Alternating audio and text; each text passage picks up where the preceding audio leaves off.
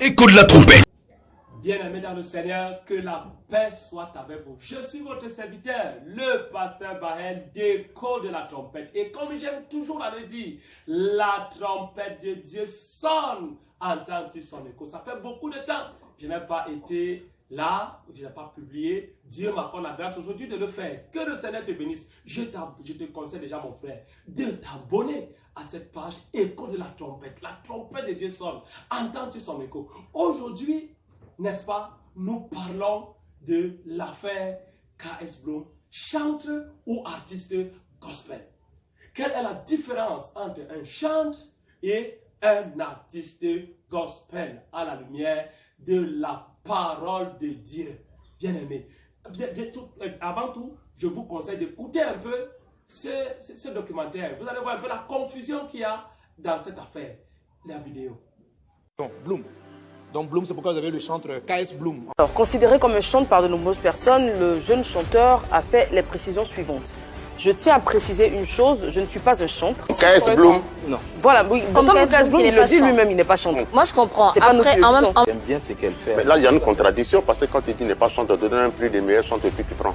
c'est justement ça c'est justement ce qu'il en dit. Ouais, là, je suis d'accord avec lui. Tu es d'accord avec? Là où je ne suis pas d'accord, et je dis, je le répète, je ne suis pas d'accord que tu dis, je ne suis pas chanteur, et qu'on te tend un prix de meilleur chanteur et que tu le prends. Alors, il est en compétition avec... Donc Bloom.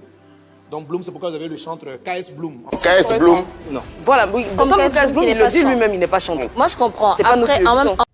Ok, vous voyez, bien aimé, le pasteur de K.S. Bloom dit que il est chanteur, il appelle chanteur. Ça veut dire l'homme de Dieu mondialement reconnu ici dehors appelle chanteur. Ça veut dire qu'à la fin de lire la Bible, la parole de Dieu, il a vu qu'il mérite d'être appelé chanteur. Son fidèle, K.S. Bloom, il gagne le concours de chant, meilleur chanteur du monde. Et après il dit, je ne suis pas chanteur. Mais ça veut dire quoi? C'est une insulte alors à ceux qui s'appellent chanteur. Tu n'es pas chanteur, mais tu tapes tous les chanteurs et tu pars. Et ton pasteur t'appelle chanteur. Toi tu dis que tu n'es pas chanteur. Quelle est donc la différence entre un chanteur et un artiste gospel? Nous allons donc entrer dans la parole de Dieu et nous serons, par la grâce de Dieu, vous serez éclairés une bonne fois pour toutes de la différence profonde et ça dit avec un hiatus profond qui existe entre un chanteur et un artiste gospel, et vous ne ferez plus la confusion un jour, vous n'aurez plus de confusion un jour. Que Dieu vous bénisse. Shalom. Écoute la trompette. Un chanteur est un ministre de Dieu entièrement appliqué dans la composition et dans la direction du chant dans la maison de Dieu. Depuis l'Ancien Testament jusqu'au Nouveau Testament, voilà le rôle du chant. Nous pouvons lire certaines des Écritures, le voir dans 1 Chronique, le chapitre 6, le verset 3 au verset 1er.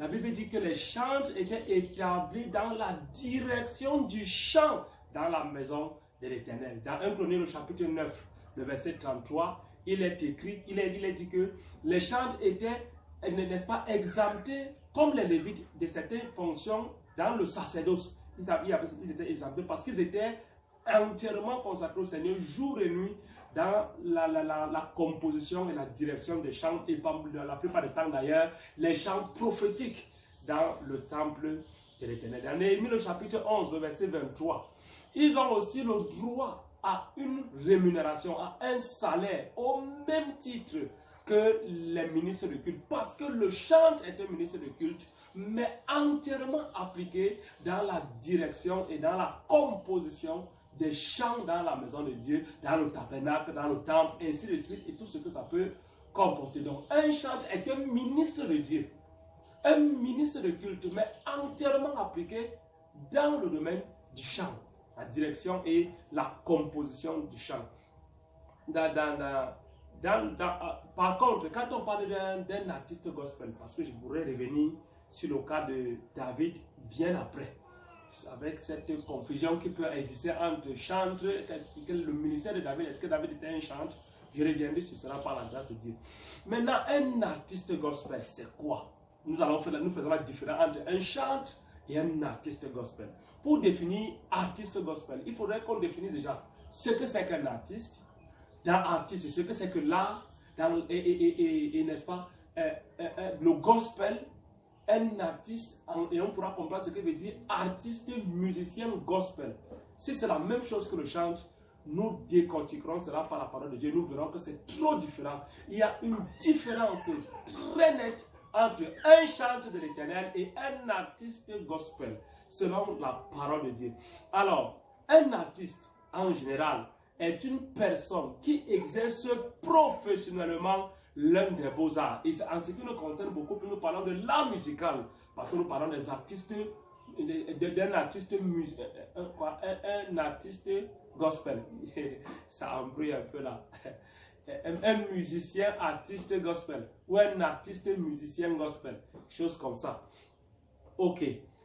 Donc, un artiste, c'est une personne qui exerce professionnellement parlant, bien sûr. C'est un professeur, sa profession, l'un des beaux-arts. L'art est toute belle œuvre humaine destinée à toucher les sens et les émotions du public. Toute belle œuvre destinée à toucher les sens et les émotions du public. Donc, dans l'art, il y a une idée de beau, émotionnel et sensoriel. Sensationnel, c'est-à-dire ça renvoie au sens. Le beau, selon Emmanuel Kant, est ce qui plaît universellement et sans concept. C'est pour Emmanuel Kant. Donc, le gospel signifie simplement évangile. Gospel veut dire évangile. I want to share the word of God or the gospel with you. Ça veut dire l'évangile. Le gospel. Un artiste gospel, pour donc résumer, est un musicien professionnel. Au même titre que les musiciens mondains, professionnellement parlant, qui, n'est-ce pas, mais spécialisé dans la composition de belles musiques à caractère évangélique dans le but de toucher la sensibilité et les émotions de la foule. Voilà ce que la définition qu'on peut avoir d'un artiste gospel. Je reprends encore parce que ça vaut de la peine. Un artiste gospel est un musicien professionnellement parlant qui a la même valeur qu'un artiste comme nous qualifions de mondain, mais qui est spécialement appliqué dans la composition de belles musiques à caractère évangélique dans le but de toucher la sensibilité et les émotions des foules. Alléluia. Donc, il faudrait donc que nous posions certaines bases pour davantage faire la différence entre un artiste gospel et un chanteur. Première remarque. Ce ne sont pas toutes les musiques chrétiennes qui sont appelées, ce ne sont pas toutes les musiques chrétiennes évangéliques qui sont classées comme musique gospel. Je ne sais pas si je me fais comprendre, parce que nous avons dit que c'est les musiques à caractère évangélique. Mais on se rend compte que ce ne sont pas toutes les musiques évangéliques chrétiennes à caractère évangélique qui sont classées comme musique gospel. Il y a les musiques qu'on peut classer comme gospel et pas. Par exemple, un cantique comme « Venez au Sauveur ». Qui nous vous aime, venez, il a brisé vos freins. C'est une musique évangélique qui invite quelqu'un à venir au Sauveur. Donne à Jésus ta vie, laisse-le te guider. Ça, c'est des musiques évangéliques, c'est des cantiques évangéliques qui demandent à quelqu'un de donner sa vie au Seigneur. L'évangile a pour but d'amener les hommes au Seigneur Jésus-Christ, qui est le seul sauveur du monde. Voilà par exemple. C'est pourquoi ça ne peut pas être classifié comme musique gospel, simplement parce que ces cantiques évangéliques ne sont pas chantés sous des rythmes, des vibrations reconnus à ceux qui ont décidé d'appeler cette catégorie de musique gospel. Il y a des rythmes et des vibrations. On peut avoir du rap gospel, on peut déclarer gospel, les slow gospel. Ça dépend de ce que l'organisme qui gère cette affaire a décidé de classer comme musique gospel ou pas musique gospel. Ok. Deuxième observation. Parce qu'un artiste gospel est professionnellement parlant au même titre qu'un musicien mondain.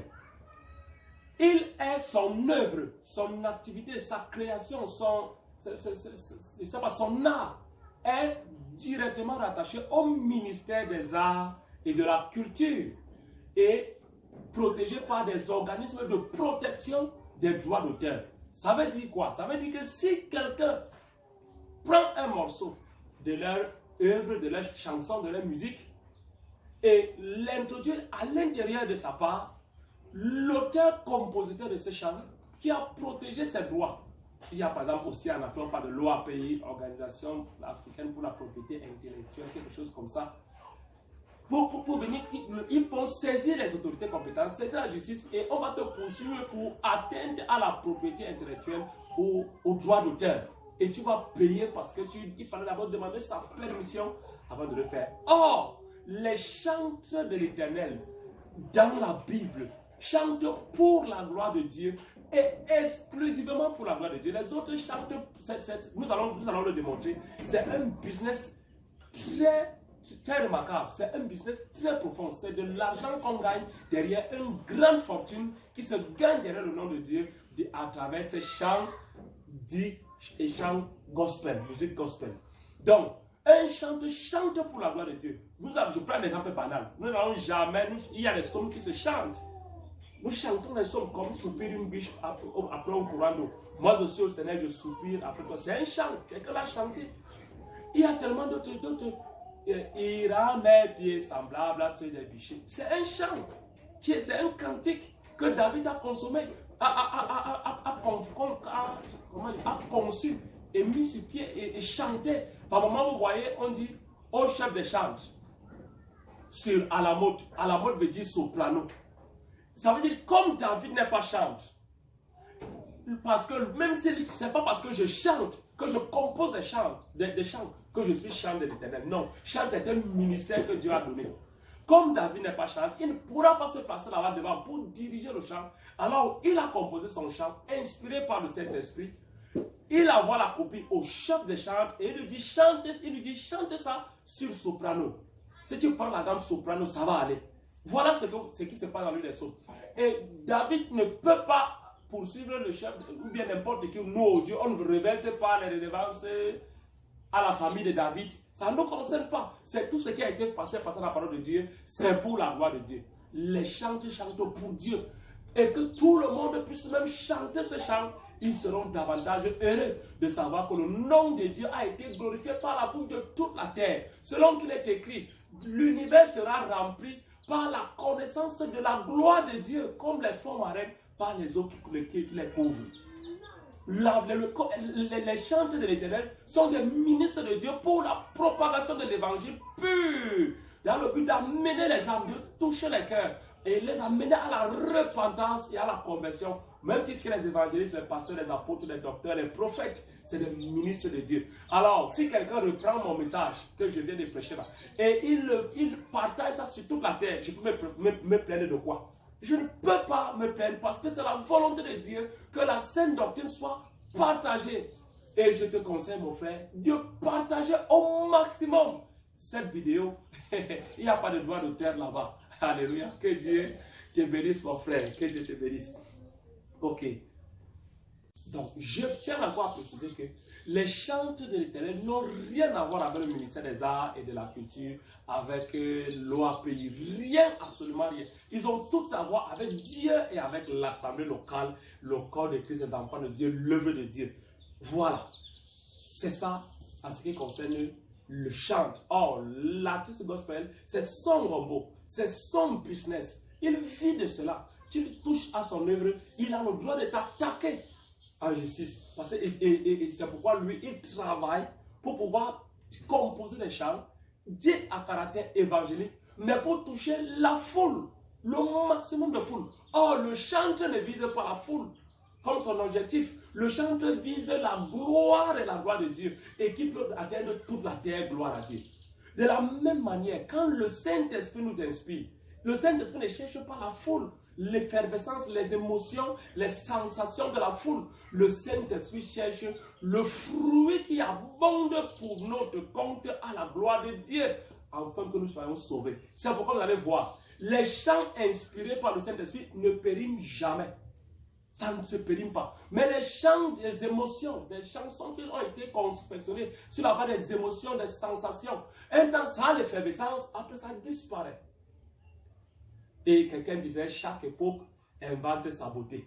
Nous avons intérêt à nous davantage nous intéresser aux œuvres qui nous sont contemporaines qu'à celles qui ne le sont pas, disait un auteur. Vous voyez. Mais l'œuvre de Dieu est éternelle. Un autre point sur lequel je voudrais m'appuyer, c'est que les artistes gospel, eux, font le concours du meilleur artiste gospel de l'année, ou même carrément du meilleur musicien. C'est-à-dire le musicien peut-être qui a le plus de vent en poupe, ou alors qui a la chanson qui a le plus touché, ou alors qui a composé la meilleure mélodie, et il y a un podium pour les apprécier, et quelqu'un remporte un prix. Les artistes gospel le font, un artiste gospel le fait. Maintenant, est-ce qu'un chanteur peut faire un concours de chant? Non, absolument pas. Et ceux qui sont dans les artistes gospel, qui confondent un artiste gospel à un chant, parce qu'un artiste gospel n'est jamais, il n'y a jamais un chant. Jamais, jamais. C'est la confusion, c'est du mensonge. Un chanteur ne peut jamais faire un concours de meilleur chanteur. C'est une abomination. C'est un scandale. C'est comme si on disait au pasteur que je suis de faire le concours du plus grand prédicateur gospel sur Internet. Mais ça, c'est un scandale. C'est un blasphème. Je viens plus grand que qui? Que quoi? Nous sommes d'abord quoi? Nous sommes quoi? Par rapport à qui? L'apôtre Paul dit clairement dans 1 Corinthiens, le chapitre 4, le verset 7. Qu'as-tu que tu n'as reçu? Et si tu l'as reçu, pourquoi te glorifies-tu comme si tu ne l'avais pas reçu? Je vais maintenant me glorifier, c'est moi le grand prédicateur, c'est moi le grand chanteur. Ça n'existe pas. Parce que les chanteurs comme les pasteurs sont des vrais enfants de Dieu. Je vais vous dire quelque chose. Quand même on viendrait un jour à me dire que, bon, même comme je n'ai pas postulé, pasteur Baël, tu n'as pas postulé, nous avons vu que tu es vraiment l'homme de Dieu qui est le plus grand prédicateur de l'année 2023. Voici ton prix qu'on te revient. Viens prendre cela au Sofitel Hotel ou alors à l'hôtel Hilton. Je dirais, je ne viens pas. Ça ne me concerne pas. Je prêche, c'est pour la gloire de Dieu et la gloire de Dieu seul. Et les enfants de Dieu, les vrais enfants de Dieu ne peuvent pas faire ça. Ça, c'est ce qu'on appelle l'égarement de Balaam. Ils se sont jetés pour un salaire dans l'égarement de Balaam. Ça fait partie de cela. Ça, c'est des scandales. On se compare sur le plus grand homme de Dieu de l'année et sur le plus grand. Ça n'existe pas dans la pensée des enfants de Dieu. L'apôtre Paul dit dans 2 Corinthiens au chapitre 10, verset 12, que nous ne sommes pas de ceux qui nous comparons aux autres. Mais en se comparant à leur propre mesure, ils manquent d'intelligence. Nous ne nous comparons, les enfants de Dieu, il n'y a pas de comparaison entre les enfants de Dieu. Oh, qui je suis plus que Paul. Dans le livre de 1 Corinthiens chapitre 3, l'un dit moi je suis de Paul, l'autre moi je suis d'Apollos. Parce que peut-être voir que Paul prêche vraiment, il a l'onction. Apollos a vraiment l'onction. C'est lui qui est vraiment l'apôtre. Ça ne nous concerne pas. Qu'est-ce que Paul dit, l'apôtre Paul lui-même? Qu'est-ce que Céphas? Qu'est-ce qu'Apollos? Des simples serviteurs par le moyen desquels vous avez cru. J'ai planté, Apollos a arrosé, et c'est Dieu qui a fait croître, de telle sorte que ce n'est ni celui qui a planté, ni celui qui a arrosé qui a quelque chose, mais c'est Dieu qui fait croître et qui est tout. Alléluia. Et dans le livre de Luc, d'ailleurs, Luc chapitre 17, verset 10, le Seigneur dit, lorsque vous aurez eu à faire ce que vous avez à faire, dites, nous sommes des serviteurs inutiles. Nous avons fait ce qu'il nous revenait de faire. C'est impossible. C'est un scandale. C'est de la folie que de penser qu'un chanteur aille faire le concours de chant. Un pasteur aille faire le concours de pasteur. Un prophète, le concours du plus grand prophète de l'année. Ça n'existe pas. Si vous voyez les gens faire ça, sachez qu'ils n'ont rien à voir avec Dieu. Je le dis. Vous voulez vous croyez. Vous voulez vous ne croyez pas. Je vous dis du fond de mon cœur, de mon âme, de mon esprit. Si quelqu'un parle faire, il est égaré. S'il avait à voir un jour avec Dieu, il sachez qu'il est égaré. Ne le craignez pas, méfiez-vous de lui. Alors il n'avait carrément rien à voir avec Dieu. Parce qu'un vrai enfant de Dieu, qui a le souci dans le dossier, ne peut jamais aller dans les concours du plus grand prédicateur. Ça ne nous concerne en rien. Ni du plus grand chant. Le chanteur, c'est Dieu. L'artiste gospel, c'est la foule. C'est le monde. C'est ça. La sensation de la foule. Et il est d'ailleurs protégé par son ministère. le ministère des Arts et de la Culture. Et les organismes en charge de la protection des droits d'auteur. Or, le chanteur, je le répète encore, c'est l'Éternel. Écoute la trompette. Bien. L'autre chose, un artiste gospel, est-ce qu'un chanteur ou un artiste gospel peut chanter dans les cabarets, dans les boîtes de nuit ou chanter sous invitation d'une secte? Ok. Un artiste gospel, bien aimé, retenez-le très bien. Un artiste gospel peut chanter au bar. Il n'a aucun problème. C'est un artiste. C'est sa profession. C'est son gagne-pain. C'est comme, il est au même titre que le musicien païen. C'est le même genre. Un artiste gospel peut chanter au bar, au cabaret, en boîte de nuit, ou même sous invitation d'une secte pernicieuse. C'est parce que ça vous a scandalisé. L'affaire de Kais Bloom vous a scandalisé parce que vous n'avez pas fait la différence, vous n'arrivez pas à faire la différence entre un artiste gospel et un chanteur de l'Éternel. Les artistes gospel n'ont forcément rien à voir avec Dieu, sauf le nom de Dieu dans les chansons pour attirer la foule et la sensibilité des gens et se faire de l'argent. Mais un chanteur, c'est la gloire de Dieu et la gloire de Dieu seul. Bon. Donc, un artiste gospel peut aller dans ces choses-là, puisque c'est son argent. Nous allons le démontrer. Le but, c'est ce qu'il y a derrière, avec des preuves. Vous savez qu'à écho de la tempête, c'est tempête biblique, c'est aussi tempête de preuves. Nous parlons avec des preuves à l'appui. Ok. Est-ce qu'un chanteur de l'Éternel peut aller dans les boîtes de nuit et prester parce qu'il chante bien à l'église? On a remarqué dans une église, chante vraiment les talents. On l'appelle dans une boîte de nuit, on l'appelle dans un snack, on l'appelle une secte. L'invite à venir prester en son nom pour une œuvre caritative et pour faire du bien. Est-ce qu'un chanteur de l'Éternel peut le faire? Non! C'est impossible qu'un chanteur de l'Éternel le fasse, sauf s'il est égaré. Sauf s'il est égaré pour un salaire dans l'égarement de Balaam. C'est ce que le Seigneur déclare. Ce n'est pas possible. Les enfants de Dieu même ne peuvent pas. J'ai suivi quelqu'un qui disait que Jésus mangeait avec les publicains. Alors pourquoi on dérange? Mais c'est de l'ignorance. Mais c'est de la naïveté, mon frère. C'est trop de naïveté, ça. Donc ça veut dire que tu vas me voir dans un temple c'est pas quoi, d'idole. Même l'apôtre Paul dit que, même comme nous, dans notre connaissance, nous savons que l'idole n'est rien. Parce que ça ne nous sert à rien. Mais c'est quelque chose pour les païens. Parce qu'il y a un péché qu'on appelle l'idolâtrie. Et donc je peux moi aussi maintenant être coupable selon la manière que je conçois l'idole. Mais comment ça se passe que moi qui ai dans la connaissance, je me trouve dans un temple d'idole? Celui qui est faible sera coupable. Et moi, c'est-à-dire il mangera ses femmes comme étant sacrifié aux idoles. Je parle pour celui qui pense même qu'il a de la connaissance. Parce que l'apôtre Paul dit encore, si quelqu'un croit connaître, qu'il sache qu'il n'a pas encore connu, comme il faut connaître. Mais si quelqu'un aime, voilà celui que Dieu cherche là-bas. Il est parfait dans son amour. Bien-aimé. Tu dis donc que tu as la connaissance, tu fais quoi là-bas? Jusqu'à on te voit dans un temple d'idole en train de manger avec les idolâtres, un sacrifice idolâtre. Ce n'est pas possible. Jésus marchait avec des gens de mauvaise vie. Est-ce que nous avons dans nos milieux des sorciers qui croient? Ça veut dire qu'on doit marcher avec des sorciers pour qu'ils croient au Seigneur. Nous avons dans nos assemblées des musulmans qui croient. Ça veut dire qu'on doit entrer dans l'islam, dans la mosquée, afin de leur montrer comment il faut servir le Seigneur. Et quoi? Ça, c'est de la naïveté. Ça, c'est de la bassesse même.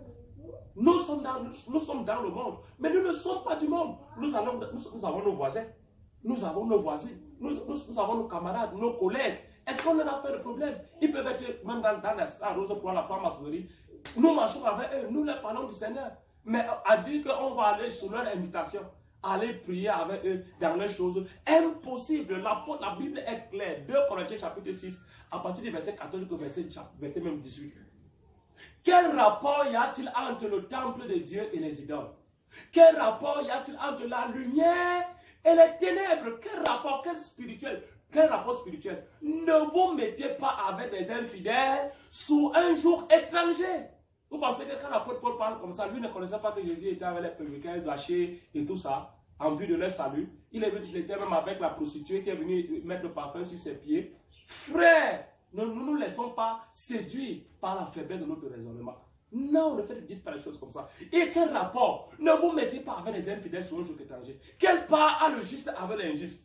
Donc, disons, celui qui fait les œuvres caritatives a une part. Moi aussi, j'ai fait les œuvres caritatives, j'ai ma part. Quelle part avons-nous nous deux?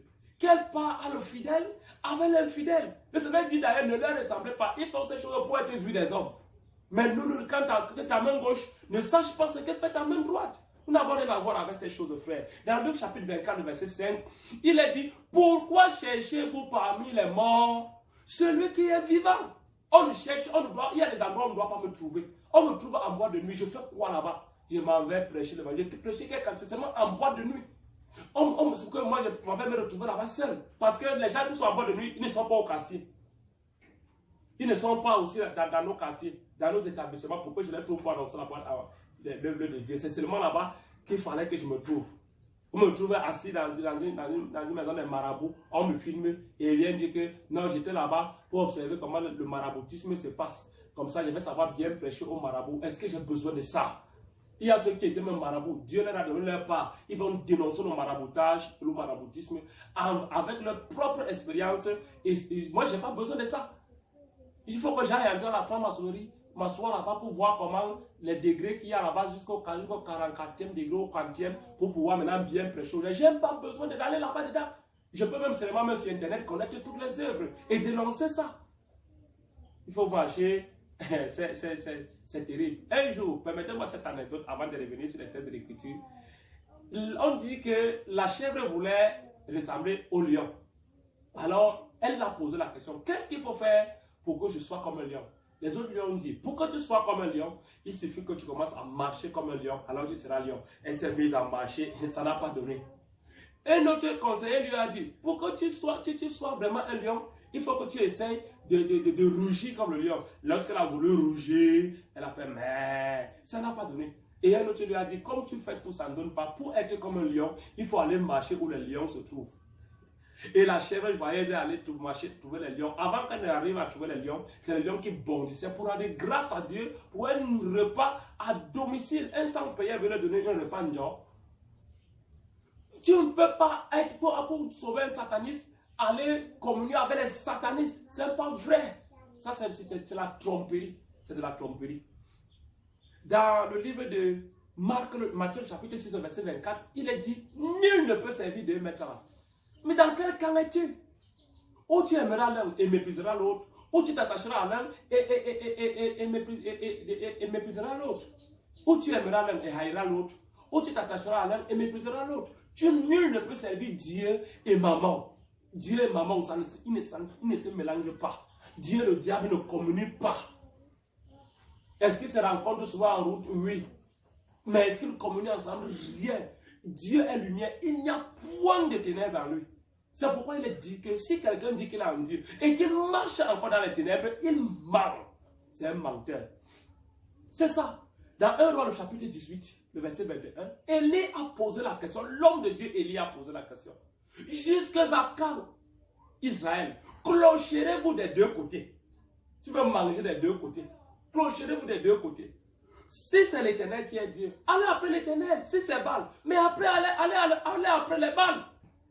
Jusqu'à quand? Josué, le fils de Nun, déclare, le successeur de Moïse, déclare à son tour dans Josué chapitre 24, verset 15.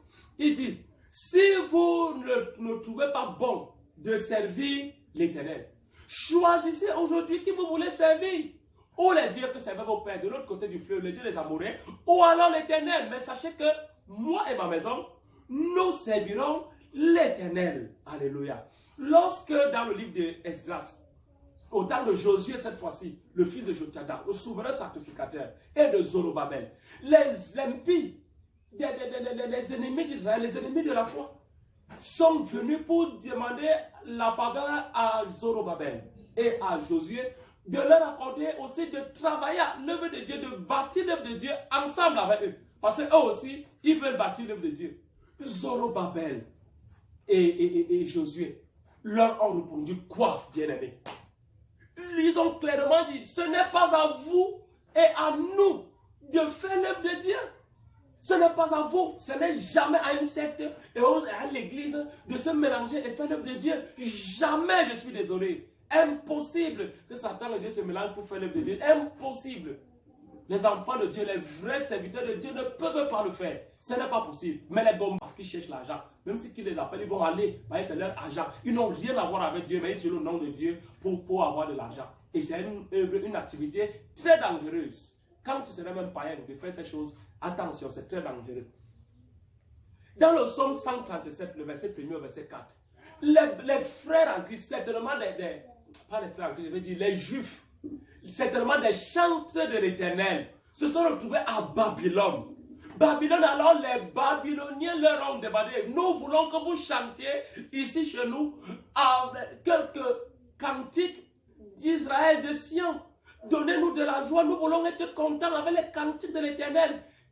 Qu'ont répondu les chantres, les enfants de Dieu, qui gardent l'alliance de Dieu. Parce que Daniel, quelque part, parle des traites de l'alliance. Et le psaume dit, si je veux parler comme eux, je trahirai la race de tes enfants. Il y a des traites de la race des enfants de Dieu. Les enfants de Dieu ont une race. Comme l'évangile a son canevas. Dans l'évangile, on n'est pas obligé de... Tout le monde ne va pas croire à la vraie doctrine. On n'a pas besoin de supplier trop. Nous, oui, nous supplions, réconciliez-vous au Seigneur. Mais l'évangile reste l'évangile. Si tu crois, tu crois. Tu ne crois pas, on va faire comment?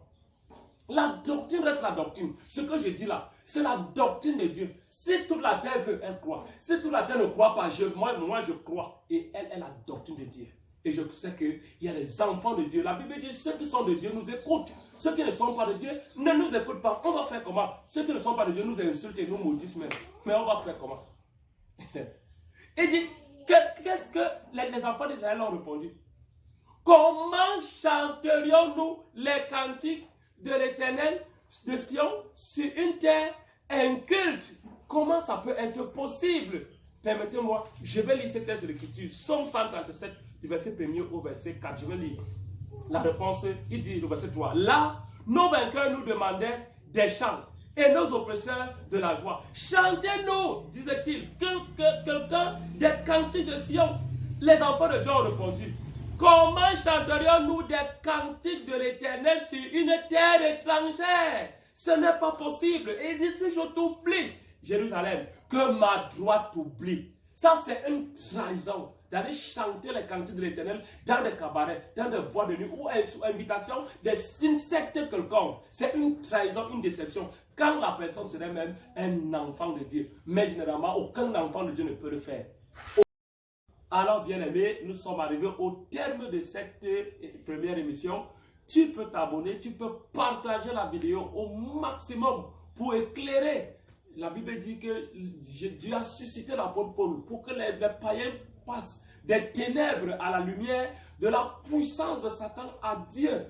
Alléluia. Par ton partage, tu peux amener quelqu'un à être conscientisé davantage et ne pas tomber dans les pièges du malin. Que Dieu te bénisse, que Dieu te fasse du bien. Mais je te conseille de regarder la vidéo suivante parce que je parlerai du business à proprement parler dans cette vidéo avec aussi le vêtement et l'accoutrement des stars gospel, des musiciennes et musiciennes, artistes gospel.